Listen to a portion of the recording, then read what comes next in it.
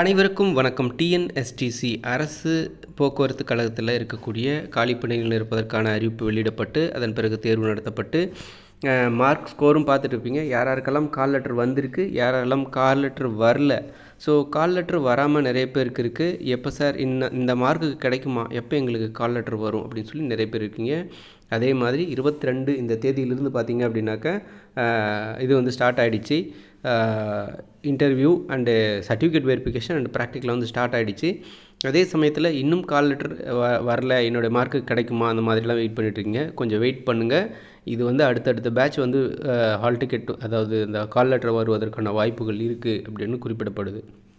So இப்போ அதாவது set of கேண்டிடேட்ஸ்க்கு வந்து ஒரு செட் ஆஃப் கேண்டிடேட்ஸ்க்கு ரிலீஸ் பண்ணுவாங்க, அடுத்த செட் ஆஃப் கேண்டிடேட்ஸ்க்கு ரிலீஸ் பண்ணுவாங்க. ஸோ அப்படி அடுத்தடுத்து வந்து ரிலீஸ் பண்ணுவாங்க. கொஞ்சம் வெயிட் பண்ணுங்கள் அப்படின்ற விஷயம் தான் இப்போது இந்த கால் லெட்டருக்காக வெயிட் பண்ணக்கூடிய நபர்களுக்கு சொல்லக்கூடிய விஷயங்கள். அதே மாதிரி உங்கள் மாவட்டத்தில் உங்கள் கூட சேம் மார்க் இருக்கிற கேட்டகரியில் இருக்கிறவங்களோ அந்த மாதிரி யாராவது தெரிஞ்சவங்க இருந்தால் அவங்களுக்கு கால் லெட்டர்ஸ் வந்து வந்திருக்கா அப்படின்றத செக் பண்ணி பார்த்துக்கோங்க. ஸோ அப்படி தெரிஞ்சிருந்தால் கொஞ்சம் விசாரித்து பார்த்துக்கோங்க அப்படின்ற விஷயத்த சொல்லிக்கலாம். அதுக்கு அடுத்து பார்த்திங்க அப்படின்னாக்கா கால் லெட்டர் ஒரு வேளை வந்து உங்களுக்கு ரிசீவ் ஆகாமல் இருக்குது அப்படின்றத நீங்கள் இந்த உங்கள் மாவட்டத்தினுடைய அந்த டிஎன்எஸ்டிசியுடைய அலுவலகத்தில் கேட்டு தெரிந்து கொள்ளலாம் அப்படின்ற விஷயத்தையும் சொல்லிடுறேன்.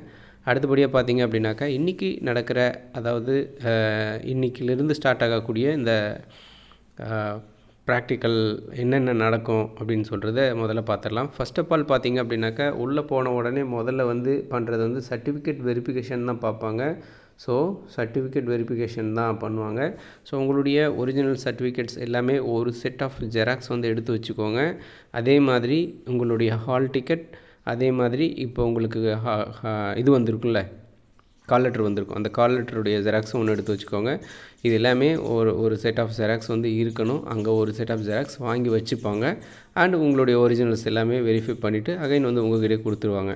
ஸோ இது வந்து ஃபஸ்ட்டு சர்டிஃபிகேட் வெரிஃபிகேஷன் நடக்கும். அதே மாதிரி போகும்போது என்னென்னலாம் கொண்டு போகணும், அதே மாதிரி யூனிஃபார்மில் தான் போகணும், பேட்ச் வந்து வச்சுருக்கணும், பேட்ச் எப்படி இருக்கணும் அப்படின்ற ரூல்ஸும் இருக்குது.